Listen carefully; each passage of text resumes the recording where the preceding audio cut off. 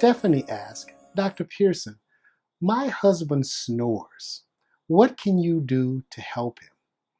Well, Stephanie, one of the first things we can do is coordinate treatment for your husband with his physician, Pearson Dental, and a sleep study facility. He needs to have a specific test called a polysomnogram. What this test will do is determine if your husband is simply a snorer or someone that has sleep apnea. Snoring is just loud. Sleep apnea is loud and it can kill you. So we want to make the proper determination to make him the proper appliance.